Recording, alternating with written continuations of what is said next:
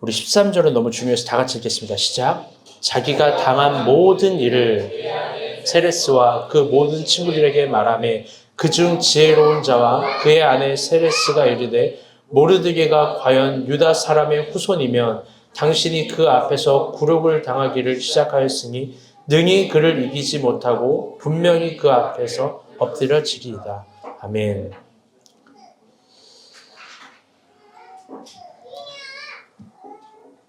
오늘은 서사는 흐른다라는 제목으로 하나님 말씀을 나누도록 하겠습니다. 우리 옆 사람과 인사합시다. 서사는 흐릅니다. 네. 오늘도 뒤에 우리 부모님들 세팅이 바뀌었죠? 바뀌고 애들이 더 떠드는 것 같아요. 근데 그거 좋은 겁니다, 여러분. 여러분도 그만큼 떠들었을 거예요. 안 봐도 비디오죠. 우리 아이들이 떠들 때마다 더 사랑해 주자 이런 마음을 가졌으면 좋겠습니다. 아멘. 네. 5월의 것들로 세상의 모든 만물들을 물들이시는 하나님의 주권들이 오늘 건조한 우리의 삶도 5월처럼 물들여 주시길 안녕으로 인사합니다. 계절이 점점 초록으로 만연해집니다. 어제는 그 초록으로 만연해진 하루하루들 가운데 어제 그제는 계속 비가 왔었죠. 비를 맞을 때마다 사무실 창가에서 나무들이 흔들리는데 초록 나무들이 흔들리는 모양이 마치 우리에게 손짓하는 것 같습니다. 그만 절망하라고, 생명은 움트고 있다고, 하나님이 있으니 소망은 여전히 있는 거라고. 하나님이 마치 우리에게 응원하듯이 이 계절을 사용하여서 구체적으로 응원하는 것 같습니다.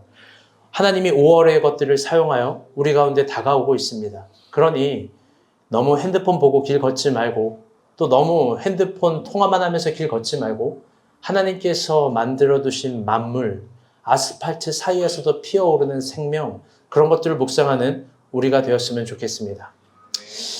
대선 주자들은 저마다의 속도와 소음으로 이번 주도 세상을 채우려고 합니다.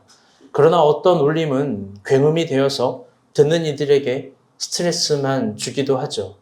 국민을 위한다는 이름의 공약들은 여전히 맛있는 저녁거리 같지만 정작 국민의 허기짐을 채워주는 건 소소한 코미디나 유쾌한 예능, 가벼운 드라마가 아닐지 생각해 보게 되었습니다.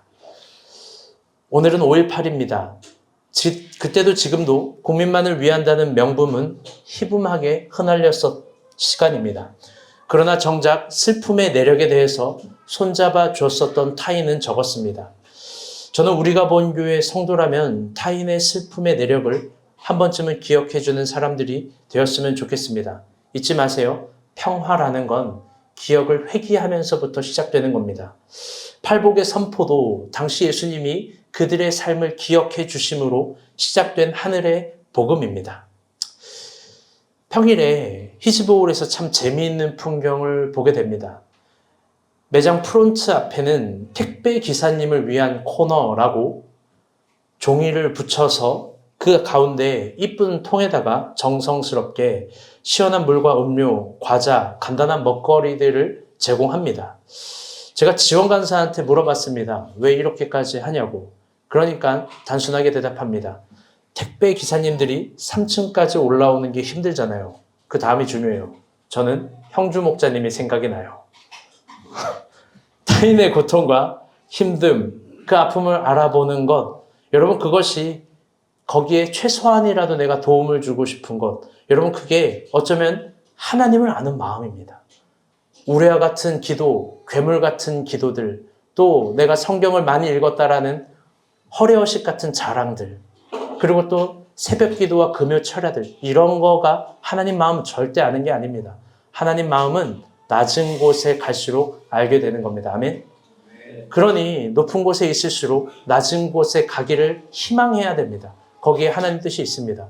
그런데 목사님 권면하는 건 택배 기사님을 위한 코너, 그 손으로 썼는데 이쁘게 프린트를 쓰세요. 그러면 더 좋을 것 같아요. 네. 이번 주 큐티는 에스더서였습니다. 다들 어떠셨는지요? 설교를 하기 전에 심심한 염려가 되는 게 있습니다. 그건 여러분이 오늘 설교 가운데 에스더서 자체를 얼마나 읽어봤는지에 관한 겁니다. 설교라는 건 성경 자체를 깊게 읽지 않고도 이해될 수 있는 설교 본문들이 있습니다. 그건 명확한 주제가 드러나는 설교문이죠. 예를 들면 아브라함 이야기, 오병이어, 모세 이야기, 다윗 이야기 뭐 등등등 대부분일 겁니다. 그런데 어떤 성경들은 성경 전체를 읽어야만 그 서사들이 이해되는 것이 있습니다. 특별히 에스더서가 그럽니다. 그래서 제가 여러분에게 주중에 꼭 에스더서 전체를 읽어보라고 이야기한 겁니다. 오늘 설교도 여러분이 이거를 전체로 읽지 않으면 오늘 본문의 의미를 도저히 파악할 수 없습니다. 수면 위로 늘어나는 본문의 의미가 이 본문이 진짜 의미하는 걸 알기 위해선 여러분 성경을 깊게 읽어야 됩니다. 먼저 에스더서 배경을 오늘은 좀 얘기를 해보려고 합니다. 그래야 에스더서에서 흐르고 있는 인물들 간의 갈등과 고민들이 무엇을 의미하는지 또 그들은 어떤 고민 가운데 이런 논쟁을 했는지를 알게 됩니다. 에스더서의 배경은요. 중요한 역사적 사실이 있는데요. 이스라엘의 바벨론 포로 1차가 있죠. 그리고 2차가 있는데 바벨론 포로가 귀환하는 1차 시간이 있고 또 귀환하는 2차 시간이 있는데 그 1차와 2차가 귀환하는 사이에 쓰여진 성경입니다. 그게 페르시아 기준으로는요. 다리오 왕에서 아하수로의 왕의 전환입니다. 여러분 이 아하수로 왕, 여러분이 에스더서에서 나와 있는 그 왕이 어떤 왕인지 아시나요? 여러분 간접적으로 알 수 있는데요. 사진 하나 넘겨주세요. 이게 크세르크세스라고 페르시아인데요. 이게 300의 왕 혹시 아시나요? 영화 300? 나는 관대하다. 사실 또라이잖아요. 실제로도 그래요. 가장 잔인하고 가장 포악하고 가장 악랄한 왕인데 스스로를 관대하다고 여겼죠. 넘겨주세요. 네, 이렇게 실제 333년 이수수 전투 속에서 있었던 왕입니다. 그때 이 크세라크세스 남편이 아내가 바로 에스더인 거예요. 에스더. 대단하죠, 에스더. 그렇다면 페르시아력 기준으로는요. 이게 굉장히 대혼돈의 시기입니다. 그 이유는 절대로 무너지지 않을 것 같은 다리우스 정권이 무너졌기 때문입니다. 다리우스는 페르시아를 초기에 통일하면서 그들이 갖고 있었던 위대한 정책은 관용 정책이었습니다. 그게 바벨론이 따라한 거예요. 페르시아의 관용 정책은 뭐냐면요. 다리우스가 정복한 모든 나라의 종교와 화폐와 문화 관습을 다 인정하고 그 관습들을 존중했습니다. 이게 어떻게 보면 페르시아의 자신감이죠. 니네 마음대로 살아도 돼. 단 하나만 따라. 그건 우리가 세운 기준, 날짜, 뭐 아주 소소한 것들이에요. 그런데 그 자신감이에요. 그걸 안 따르는 순간 어떻게 되는지 보여준 거죠. 그런데 아하수로의 왕이 페르시아를 집권하는 순간부터 모든 것이 달라집니다. 이방인들을 노예로 전락시켰고 그리고 모든 나라가 페르시아의 화폐와 시간과 달력과 종교로 개정하기를 원했습니다. 무엇보다 페르시아 왕은 신이었기 때문에 다른 왕들은 허용할 수가 없는 거예요. 이제 한번 생각해 봅시다. 이 시기에 이스라엘 백성들이 바벨론 포로 2차로 귀환합니다. 1차 때는 다리우스 때였어요. 그때는 종교 관용 정책으로 다 귀환한 거예요. 마치 응답을 받은 것처럼 너무 좋아했겠죠. 우리 포로들이 귀환하네? 다시 이스라엘 가서 살라고 하잖아. 이거 너무 좋은 거 아닌가? 그런데 이제 왕이 크세라크세스예요. 저 왕이에요. 그 사람이 우리를 한데 모으려고 하는 건요. 엄청난 잔인한 압박 정책이 시작이 되는 거예요. 그래서 참 재미있게도 에스더서에는 우리 어린이 설교도 이 신학적 개념을 얘기했는데 하나님이라는 이름이 없어요. 아가서와 에스더서 두 성경은 하나님이라는 이름이 없어요. 왜 없냐? 엄청난 종교 압박 정책이 있었기 때문이에요. 이걸 쓰되 또 회람으로 썼기 때문에 야훼가 드러나지 않게 쓴 거예요. 그러면서 에스더서의 중요한 신학적 주제는 뭐냐? 거기에 나와 있는 모든 내용들, 흐름들, 서사들과 상관없는 이거예요. 아무것도 할 수 없는 무기력함과 위기의 상황 가운데 이스라엘이 뭘 할 수 있어요? 그런 무기력과 위기의 상황 가운데 이스라엘이 할 수 있는 건 뭔가? 이게 에스더서의 굵직한 신학적 흐름이자 주제예요. 이스라엘은 무엇을 할 수 있는 건가? 그리고 에스더서는 그런 무기력감과 위기의 상황 가운데 여자로서 에스더가 무엇을 했는지를 보여줍니다. 아주 위대한 성경이에요. 남자가 없어요. 여기 중요한 메시지예요. 그리고 또 오늘 본문에도 그게 나와 있습니다. 과연 이스라엘은 어떻게 회복됐는지 봅시다. 1절 봅시다. 시작.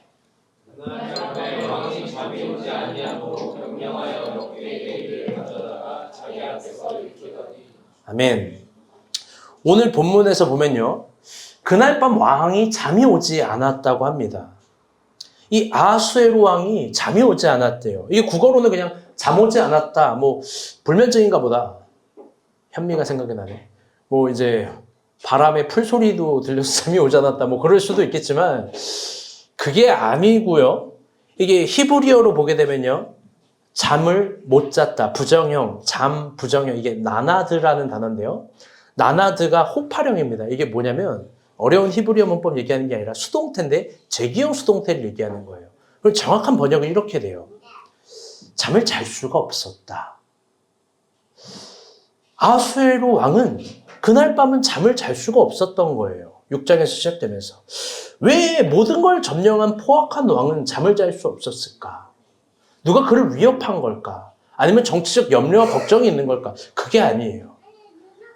그 모든 걸 가진 왕이 잠을 잘 수 없었던 이유는 5장의 어떤 사건 때문에 그렇습니다. 이게 굉장히 중요해요. 그래서 5장을 이해해야만 6장이 이해가 됩니다. 우리 구체적으로 5장에 있는 내용들을 조금 봅시다. 1절에서 4절, 6절, 8절입니다. 길지만 중요해서 다 읽어볼게요. 시작.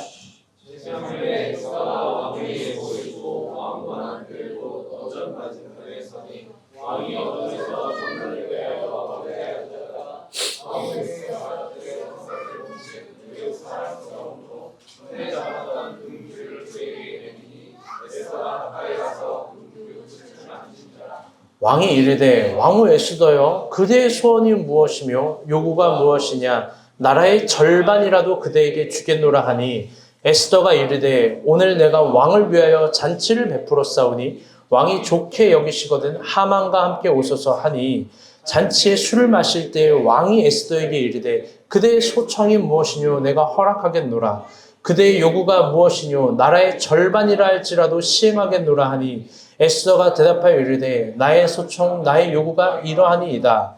내가 만일 왕의 목전에서 의를 읽었고 왕이 내 소청을 허락하시며 내 요구를 시행하시기를 좋게 여기시면 내가 왕과 하나님을 되어 베푸는 잔치에 또 오소서 이는 왕의 말씀대로 하리이다. 아멘. 너무 중요해요. 잘 한번 들어볼게요. 여러분 에스더서를 미리 충분히 읽었을 거라고 생각하고 편하게 한번 이야기해 봅니다.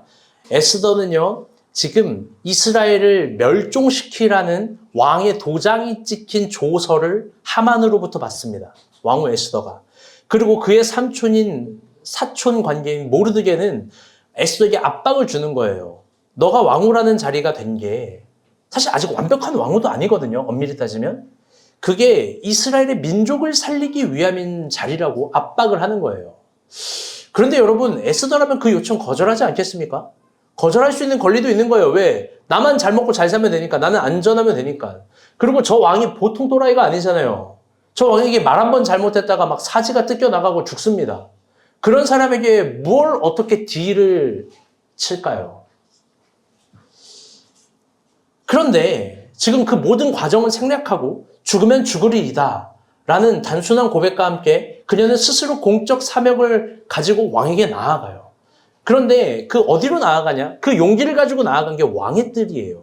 그런데 페르시아의 민법상, 아니 왕법상 왕의 뜰에 왕이 부르지도 않았고 나간 건 그건 여러분 모독죄입니다. 만약에 왕이 그를 부르지도 않았는데 왕의 뜰에 어떤 사람이 먼저 들어간다? 그거는 죽음을 의미하는 거예요. 그런데 그 죽음이 면해지는 이유가 하나의 경우가 있는데 그건 여러분도 알고 있는 거예요. 왕이 자신의 그 규호를 그녀에게 내밀어 주는 거예요. 그런데 한번 생각해 볼게요. 이게 확률상 몇 프로 정도 될까? 안 내밀면 죽는 거예요. 안 내밀면. 그러면 죽기 살기에서 50대 50으로 생각하지만 여러분 만약 이게 이스라엘의 국가적 운명을 결정지을 수 있는 확률이라면 여러분 이게 몇 프로 정도 가능할 확률일까요? 번역한 즉 굉장히 무모한 확률일 거예요.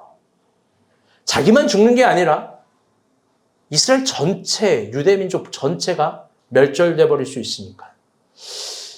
그런데 그녀는 그 자리에서 무언가를 준비했던 거예요. 왕을, 규호를 반드시 내밀게 할. 그리고 규호를 내밀 뿐만 아니라 왕이 무슨 대답을 할 줄 알고 어떻게 할지 그 모든 지점까지 다 준비한, 계산을 한 준비를 한 거예요. 그게 뭐냐? 다시 따라볼게요. 미모. 저는 오늘 설교를 화장이라고 줬었어요, 원래. 화장을 한 거예요, 에스더가. 미모를 준비한 거예요. 그리고 또 남자가 애가 탈 수 있는 플로팅을 준비한 겁니다. 그게 방금 저 읽은 본문이에요. 저걸 볼 때마다 저는 에스더가 크썸에게 교육을 받은 걸까? 크썸이 에스더에게 교육을 받은 걸까? 단순히 미모만 이야기하지 않고 플로팅을 이야기하고 플로팅에서 끝나는 것이 아니라 아주 남자의 애간장을 다 녹이는 지점을 이제 교육을 시키기 때문에 크썸이. 그런데 정말로 에스더가 저 아하수로의 왕, 저 잔인한 왕의 애간장을 다 녹여버립니다. 진짜예요. 천천히 한번 볼게요. 이게 중요해서요. 1절 말씀 다시 한번 볼게요. 파란색 글씨, 1절 말씀 다 같이 읽어보겠습니다. 시작.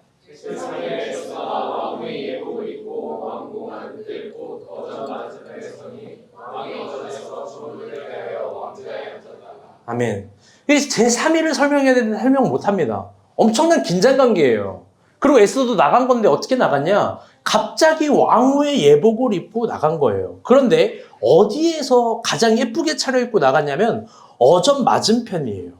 이건 에스더가 정면으로 왕의 얼굴을 보인 게 아니라 측 후면만 볼 수 있게 한 거예요. 즉 이게 왕의 자리라면요. 정면으로 지금 뭐 이렇게 얼굴을 보게 한 게 아니라 뒤를 돌되 측 후면만 보이게 하는 각도로 있는 거예요. 아주 예쁘게 화장을 하고 예쁘게 입고 저녁에. 여러분, 남자는 이때 애간장에 타는 거예요.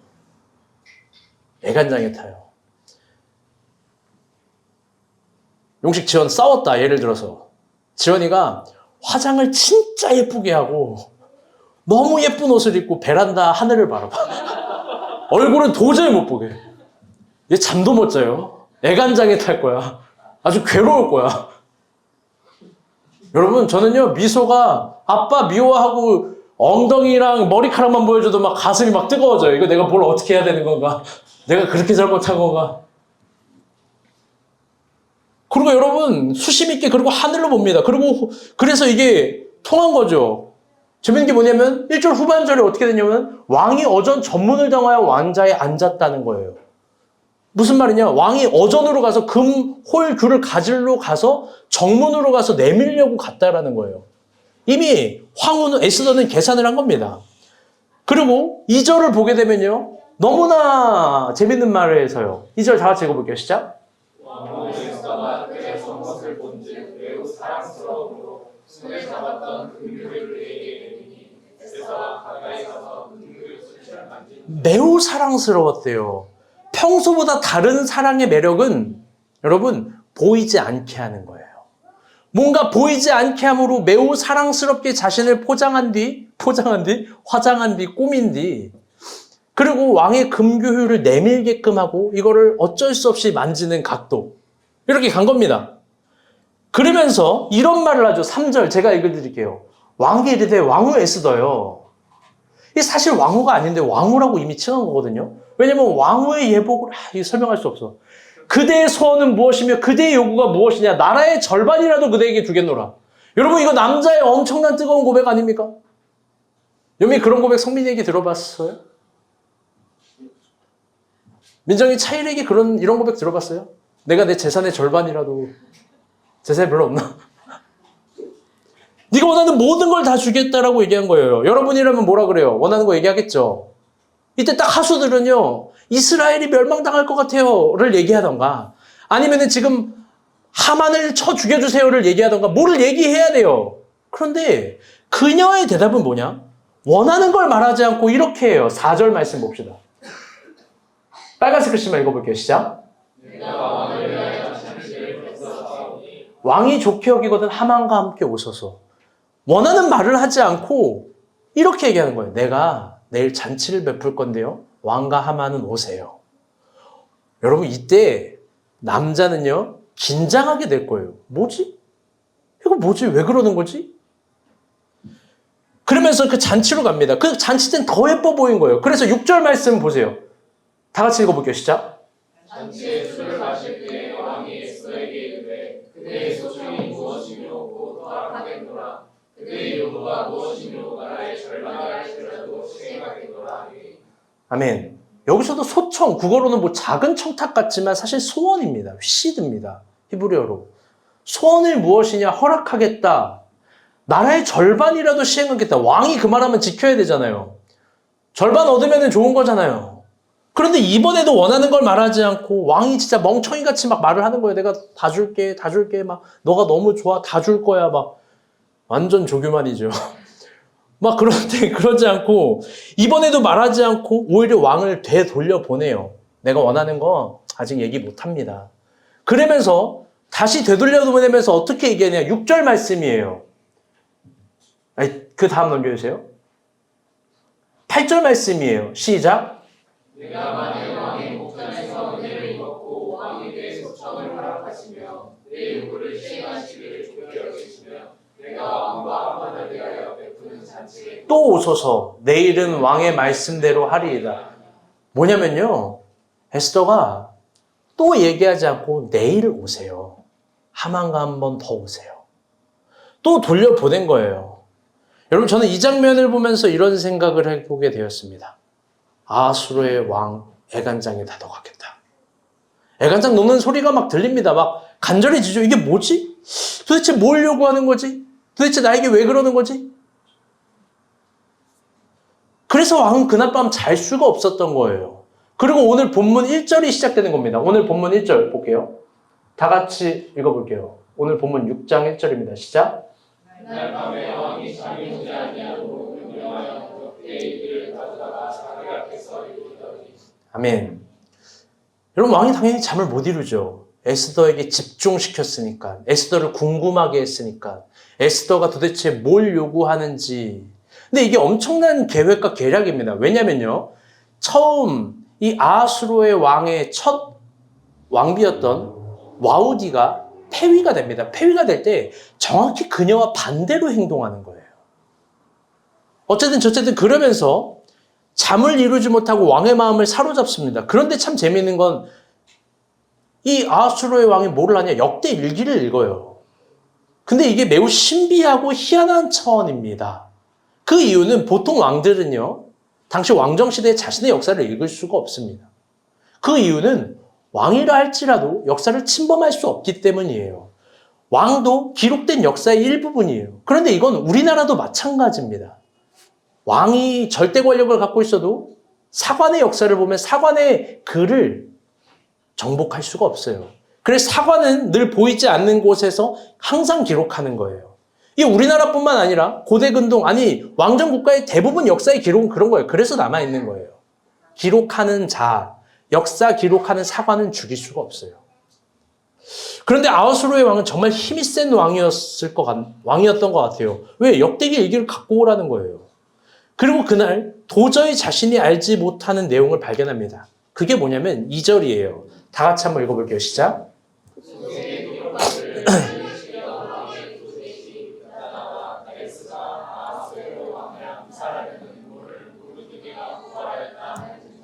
아멘. 그건 뭐냐면요. 그 역대 일기 속에서, 역사의 기록 속에서 자신의 당대 기록인데 뭘 봤냐? 자신을 암살하려는 사람 발견한 거예요. 심지어 문을 지키던 왕의 두 넷이 빅나다와 데레스. 그러니까 늘 문지기로 했었던 그 하찮은 사람들이 사실 자기를 암살하려고 했던 계획이 있었다는 겁니다. 여러분 다 에스더서 읽어서 아시죠? 그걸 유대 사람인 모르드게가 발견한 겁니다. 그리고 그에게 아무것도 해주지 않았다는 것도 알게 된 거죠. 여러분 이게 참 신비한 섭리입니다. 여러분 이제부터가 중요합니다. 정말 집중해 주세요. 에스더를 기다리던 그 밤에 아주 많은 것들이 인간이 도저히 조작할 수 없는 것들이 인간이 자신의 힘으로 흐르게 할 수 없고 맺을 수 없는 것들이 신비하게 이루어집니다. 에스더서를 다 읽었다는 전제하에 한번 그 밤의 섭리에 대해서 네 가지로 표현해 봅니다. 첫 번째, 이 밤 이스라엘을 전멸하려는 하만의 계획이 물거품이 됩니다.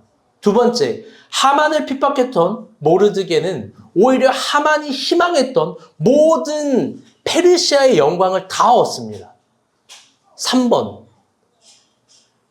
아수르의 왕이 페르시아의 왕이 아니라 이스라엘의 구원자처럼 이스라엘을 돕습니다. 마지막 4번, 에스더는 자신을 통해서 하나님이 어떻게 역사하는지를 확실하게 경험합니다. 그래서 가장 불합리하고 열악했던 이스라엘의 모든 위치가, 모든 조건이 한순간에 변합니다.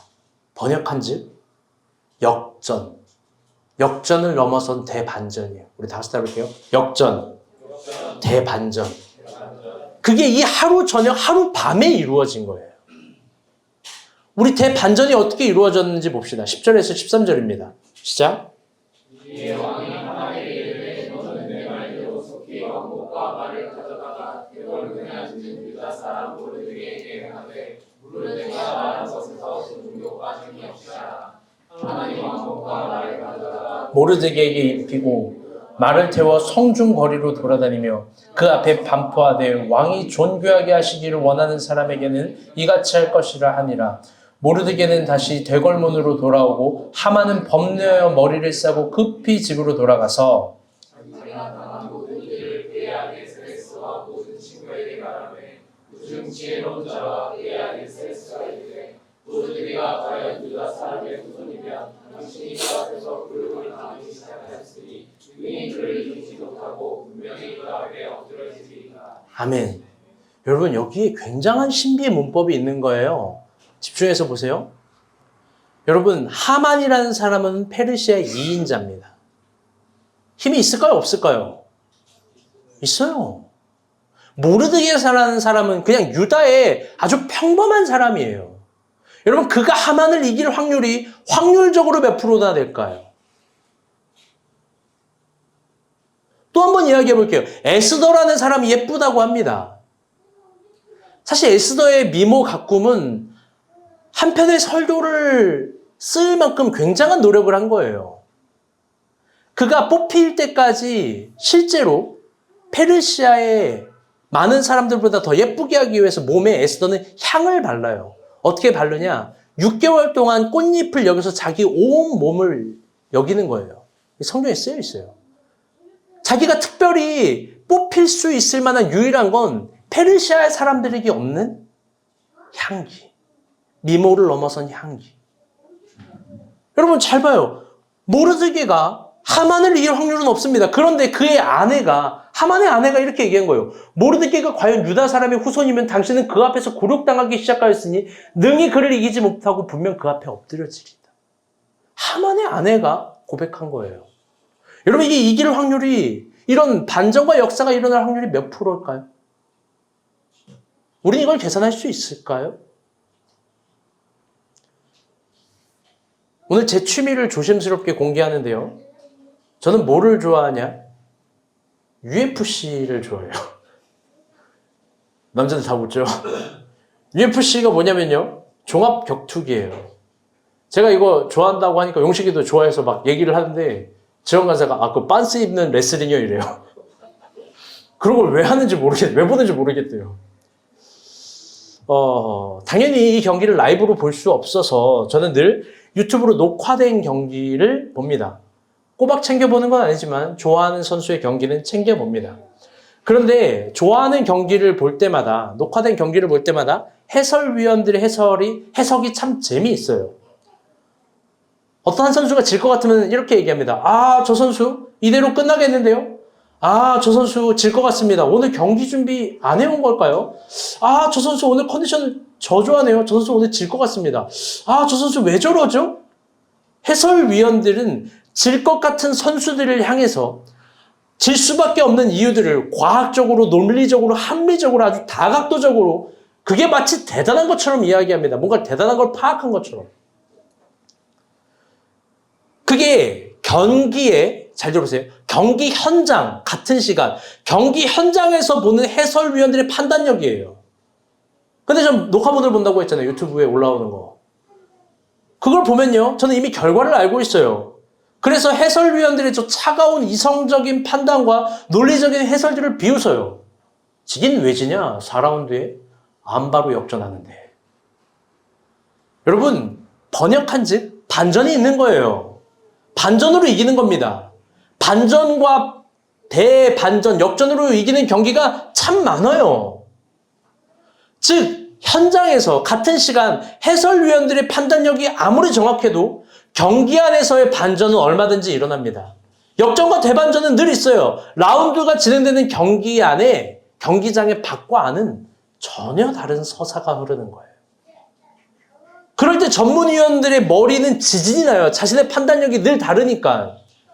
그렇기 때문에 경기가 끝날 때까지 끝난 게 아니에요. 그들과 예상이 다를 때 경기 전문가들의 표정을 한번 보여줄게요. 세계 최고의 단체인 UFC 경기 해설자들의 역전을 봤을 때 표정입니다. 제가 준비해왔어요. 시작. 가운데 하얀색 셔츠 입은 사람. 보여? 이게 4라운드까지 밀리다가 한 방에 이긴 거예요. 리온 에드워즈라는 전기 선수가. 3라운드까지 밀리고 있어. 지금 일방적으로 때리고 있죠? 근데 한 대 맞고 역전으로 이긴 겁니다. 그때 막 해설위원들 표정 보여요? 어떻게 저러지? 막 이러면서 지금 막 화살로 막 때려잡는 것처럼 막 일방적으로 밀리고 있다가 한 방에 이깁니다. 해설위원들 막 일어나고 난리 나죠?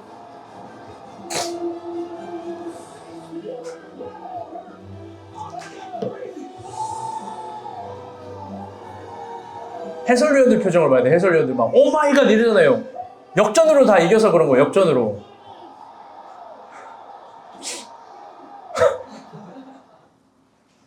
지원 간사가 다운받아줬어요. 여러분, 저 존 로건이라는 사람은요, 계속 UFC 경기에서 20년을 해설위원을 한 사람인데 그 사람도 여전히 역전과 반전에 놀라는 거예요. 여러분, 하나님은 어떨까요? 여러분, 반전이 있습니다. 다시 한번 강조하지만 현장에서 해설위원들의 판단력이 아무리 정확해도 경기장 안에서는 반전이 일어나요. 서로 다른 서사가 흐르는 겁니다. 그런데 여러분, 중요한 게 있어요. 역전, 대반전이 일어나려면 되게 중요한 게 있는데 그게 뭐냐면 최소한, 정말 최소한 최선을 다해서 궁지까지는 몰려야 돼요. 그게 코치와 감독의 전략일 수도 있고 그게 선수의 판단력일 수도 있는 거예요. 거기서부터 최소한의 기회와 시작, 소중한 의미들이 다시 시작되는 거예요. 여러분, 삶의 의미도 마찬가지입니다. 우리가 갖고 있는 신앙의 의미도 마찬가지예요. 반전이 있을까요? 없을까요? 있습니다. 역전이 있습니다. 그런데 우리는요, 늘 최선을 다해서 궁지까지 몰려가지 않아요. 몰려가지도 못하고 쉽게 절망해요. 쉽게 약해져요. 하나님이 있다라는 걸 믿으면서도 상황이 조금 구부러지면 이런 고백을 합니다. 내 계획대로 안 될 때 물처럼 녹으면서 조금만 막히고 안 되면 귀머거리인 사람처럼 이런 말을 하는 거예요. 하나님이 없다고, 하나님이 나를 안 사랑한다고, 하나님이 나를 안 쓰신다고 온갖 망상적인 불신앙적인 언어들을 쏟아내요. 그리고 뭘 하냐? 우울해해요. 우울해합니다. 그런데 여러분, 이게 정말 무서운 거예요. 괴물 같은 거고요. 질병 같은 거고요. 이게 광신도 같은 거예요. 왜 그런지 알아요? 하나님을 안 믿고 있으면서 하나님을 믿는다고 착각하는 거잖아요. 여러분, 성경의 대부분의 승리가 반전인 줄 아시나요? 여러분, 성경의 대부분의 역사들이 역전인 걸 아시나요? 여러분, 하나님이 이상한 취향과 성향을 가지고 있어서 그런 것 같죠? 아니에요. 오히려 그게 우리의 현실적 상황을 더 많이 대변해줘서 그런 겁니다. 늘 자신은 안 된다는 이유로 자신의 존재를 해석하는 사람들이 있어요. 늘 자신은 이건 못해라는 이유로 자신의 조건과 환경을 해석하는 사람들이 있어요. 그 사람들의 문법은 늘 두 가지예요. 핑계 아니면 남탓. 그게 무수히 흐르는 게으름입니다. 핑계 아니면 남탓. 여러분 그 앞에서 하나님 뭐라고 할까요? 여러분 핑계를 대고 남 탓을 할 때 하나님이 그거 정당하다고 인정해 줄까요? 여러분 요셉이 굴에 빠졌습니다. 하나님 없어. 하나님 날 버렸잖아요. 하나님이 있으면 내가 어떻게 구덩이에 빠지고 굴에 빠지고 2년간 노예로 팔려가고 보디발의 아내에게 또 이렇게 되고 또 저렇게 되고. 여러분 근데 하나님 반전이 있잖아요. 여러분 그 어떤 핑계도 원망도 남 탓도 하나님 앞에서 안 통합니다. 하나님 앞에서 안 통해요. 그러면서 그런 사람들은 하나님을 위로하듯 이렇게 얘기해요. 내가 하나님의 사정을 배려해 주듯 이렇게 얘기해요. 하나님의 상황을 내가 공감해 주듯 이렇게 얘기해요. 하나님 전 괜찮아요. 전 욕심 없는 사람이에요. 저는 이런 성향의 사람이고요. 저는 이 정도가 좋아요. 그러면서 조금 막힐 때 안 될 때는 하나님 왜 기회를 안 줬냐고. 하나님 나는 이 정도밖에 안 되는 사람이라고. 모순적인 모습으로 하나님 앞에 대하죠. 여러분 오늘 조금 무서운 말을 해볼게요. 에스더서의 교훈이에요. 여러분 그렇게 심중에 말하는 사람 말한 대로 될 거예요. 여러분 저주하는 게 아닙니다. 결국 본인이 그 정도 사람이라고 늘 하나님 앞에 고백하는 사람 하나님도 질릴 것 같아요. 하나님 저 못해요. 이제 하나님 그럴 것 같아요. 그래 그만해라. 하나님 기회를 줬는데 하나님 저는 이게 피곤해서 안 되고 또 이게 안 되고 저게 안 되고 그래 너 그럼 그만해. 이것도 못 이기는 놈한테 내가 뭘 주냐. 하나님이 주시는 새로움도 반전도 역전도 섭리도 그 어떤 것도 안 믿는 사람에게 하나님 뭘 줘요.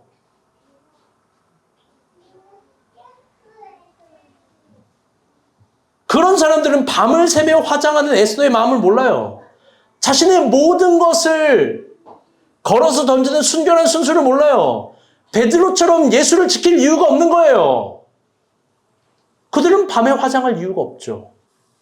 도저히 하나님을 안 믿는 사람은 조금만 상황이 안 좋고 조금만 내 뜻대로 되지 않는 환경에서 감히 하나님 뜻을 운운해요. 여러분 그렇게 우리가 잃어버리지 않으면 안 되는 아주 소중한 의미가 있습니다. 첫 번째는요.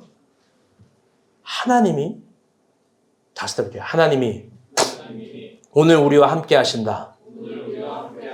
우리가 늘 자주 고백해서 감흥조차 없는 고백이에요. 하나님이 오늘 우리와 함께 하신다. 이 의미가 너무나 사실 위대하고 소중한 의미고요. 동시에 다시 해볼게요. 우리가 하나님을 따라간다. 우리가 하나님을 따라가는 의미들에 대해서 아주 정교한 삶의 의미를 가져야 돼요. 그런데 이게 쉬운 게 아니에요. 왜? 하나님이 우리와 동행하거나 우리가 하나님을 따라갈 때 현상학적으로 우리는 최선을 다해서 하나님이 궁지까지 몰아가기도 하세요. 반드시 그래요. 주님의 뜻이라고 이야기하면서 안 되는 경우가 훨씬 더 많아요. 아까 말했지만 요셉처럼 구덩이에 빠지기도 하고 모세처럼 광야에 쫓겨나기도 하고 아브라함처럼 겨우 얻은 아들을 다시 드려야 될 때도 있습니다. 하나님을 믿는데 완전히 망할 때도 있습니다. 여러분 그런데 계속 이야기하지만 그게 끝이 아닙니다. 완전히 망한 것 같은 그 지점에도 하나님의 서사는 흐릅니다. 아무것도 할 수 없는 이스라엘 역사 가운데 에스더는 밤 화장을 한 거예요. 하나님의 정반함이 흐릅니다. 거기에는 우리가 주어진 모든 시절이 언제나 역전과 대반전을 이룹니다. 여러분 그게 밭의 감추인 보화 아닙니까? 그게 여러분 좋은 밭에 30배, 60배, 100배 맺는 결실 아닙니까? 그걸 믿는 사람은 성공과 실패에 일희일비하지 않아요. 단지 고민하는 건 내가 지금 하나님과 동행하고 있는 건가? 나는 지금 하나님을 따라가고 있는 건가? 그것만 고민하는 거예요. 왜? 그 서사만이 새로운 역사를 쓸 수 있는 시간과 공간이기 때문입니다. 여러분, 오늘 아주 의미 있는 날입니다. 우리 형주가요, 청첩장을 여러분에게 나눠줍니다. 할렐루야. 여기 뒤에 보니까 허연희 권사님이라고 쓰였어요.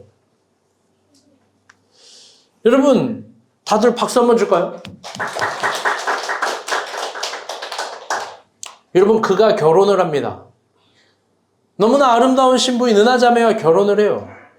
제가 오늘 아침도 이걸 생각하고 아까 둘 예배 전에 잠깐 만나면서 얘기하면서 그랬어요. 둘은 하나님이라는 그 이름 아니면은 도저히 결합이 될 수 없다. 여러분, 어떤 서사가 저들 가운데 맺어져요? 뭐가 맞아요? 하나도 안 맞는 거 서로 알잖아요. 지금 형주 눈치 보면서 안 웃고 있는 거 알아. 전 도저히 은하자매를 칭찬할 수밖에 없어요. 사실 우리 중에 제일 믿음 있는 사람 아닐까? 형주는 간절했겠죠. 그냥 간절했을까? 하나님이 눈을 가린 걸까? 마음을 연 걸까? 아니면 형주가 에스더의 화장을 한 걸까? 난 도저히 해석할 수 없어요. 형주가 은하자매를 향해서 그날 45도 각도로 후면만 보여주면서 모르죠. 우리는 그 둘 가운데 무슨 밤의 서사가 있었는지 우리는 모르죠. 그런데 저놈도 화장을 지독하게 했을 거예요. 하나님이 은하를 주시리라. 아멘. 여러분, 그런데 그의 인생은 오늘 설교처럼 한 편의 드라마 같고 그의 결혼의 서사가 있는 거예요. 역전이 있고 대반전이 있는 겁니다. 그래서 오늘 이렇게 결혼한다는 자체가 여러분 복음 아니에요? 제가 오늘 확신했어요. 형주 이런 말 용서해요. 형주가 결혼하면 다 결혼할 수 있는 거예요. 결혼 자체가 목적이 아니라 하나님의 은혜와 섭리가 있는 겁니다. 그래서 제가 아까 은하자매한테 얘기했어요. 이 말을 안 믿겠지만 은하자매가 꽝 잡은 게 아니라 땡 잡은 겁니다. 그럼요.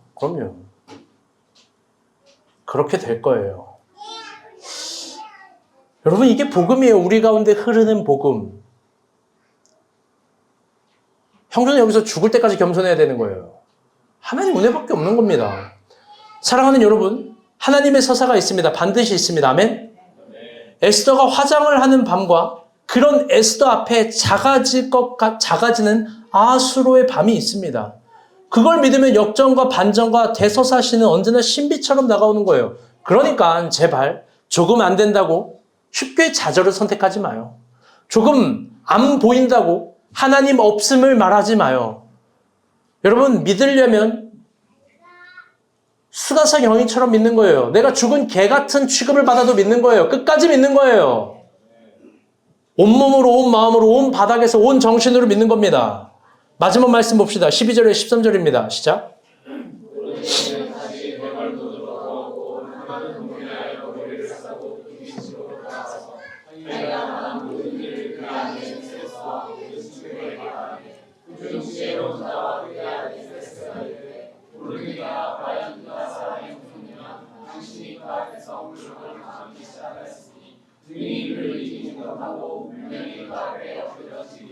아멘.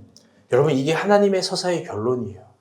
모든 걸 가진 하만은 번뇌하고 아무것도 갖지 않은 모르드게는 존귀해지고 에스더는 이스라엘을 구원합니다.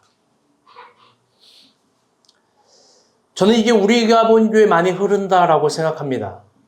여러분, 특별히 오늘 떡을 갖고 왔는데 우리 빛나가 100일이래요. 아멘. 여러분, 박수 한번 줍시다. 빛나 저 녀석은 알까요? 자기가 어떻게 태어났는지. 여러분, 기도로 태어난 아기 하나님께서 끝날까지 책임지실 줄 믿습니다. 아멘. 여러분, 빛나가 우리 가운데 있다는 건 위대한 하나님의 서사가 흐른다는 거예요. 여러분, 또 하나 여러분에게 공유해주고 싶은 이야기가 있어요. 여러분, 박찬희 형제가요, 어제 얼굴이 죽상이 돼서 저에게 왔어요. 어깨가 찢어진 건지 어깨 근육이 빠진 건지 뭔지 모르겠는데 뭐가 돼서 어깨를 못 든대요. 이제 일을 못 한대요.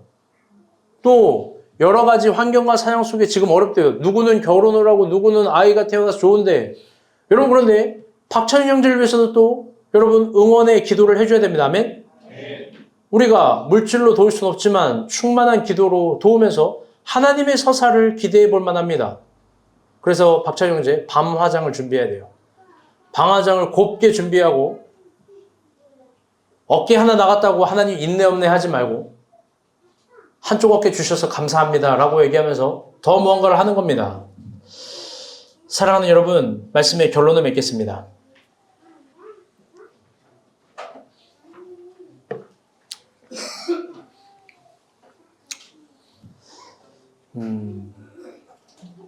여러분, 마지막에 결론 되게 중요한 얘기를 할 거예요.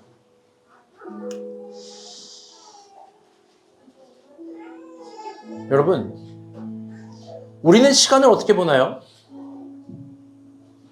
우리는 시간을 여기서 미래와 내일을 봅니다. 오늘을 기준으로 미래와 내일을 보죠. 그리고 거기에만 엄청난 것들이 묻어나 있다라고 생각하는 거예요. 오늘을 살지 못하는 거예요. 그런데 하나님의 시간을 어떻게 볼까요? 회개하라, 천국이 가까이 온다. 하나님은 오는 시간과 미는 시간에 대해서 얘기해요. 그분은 멀리서 오늘을 보는 거예요. 멀리서 미래에서 오늘을 보는 이 오늘은 하나님 보시기에 엄청난 기회와 의미와 소중한 것들이 아주 보고처럼 뭉쳐 있는 겁니다. 우리가 간절히 기도하는 그 모든 기회들, 시간들, 그 모든 은혜들, 이게 오늘 흐르고 넘치고 있는 거예요. 시간은 역방향으로 보는 게 지혜로운 겁니다. 여러분, 80대라는 관점에서 20대인 나를 보세요. 여러분, 90대라는 관점에서 30대인 나를 보세요. 지금 엄청난 것들이 흐르고 있는 거예요. 그걸 믿으니까 여러분, 오늘 저녁도 에스더의 심정으로 깊이 화장합시다. 우리가 아하수로의 잡을 줄 어떻게 알아요? 여러분, 우리 주변에서 늘 촉새같이 해설만 하는 해설위원들이 있어요. 그 말이 아무리 과학적이고 논리적으로 맞다고 해도 하나님이 우리는 선수, 경기장에서 라운드 뛰는 선수로 부르신 거예요. 반전과 대반전이 일어납니다. 아멘? 우리 그런 마음으로 오늘 살아갑시다. 우리 또 그런 마음으로 선교 갑니다. 우리 가운데 대반전을 기대하면서 마지막 광고예요. 여러분, 이번 선교는요, 조금 특별한 선물을 준비했어요. 칫솔이에요. 윤희 형제가 낸 아이디어예요. 거기 칫솔이 되게 비위생적이라는 거예요. 저번 선교 때 관찰 있게 본 거죠. 여러분, 참 귀합니다. 조용히 해야 되나, 잘해. 깊게 관찰해서 보니까 위생 상태가 안 좋다는 거예요. 그래서 썼어요. 프롬 마비니 처치, 프롬 카일 처치. 그러면서 우리가 각인도 해가지고 주는 거예요. 한번 물어볼게요. 형님, 이제 이거 얼마일까요? 1,000원이요? 이거 오늘 여러분에게 나눠줄 거거든요. 여러분, 강매예요. 이거 하나씩 다 받고 다음 주 선교원금 하세요. 우리 다음 주 선교 가니까. 설마 이걸 1,000원짜리로 생각하시겠어요, 양여름제가? 아니지. 기도합시다.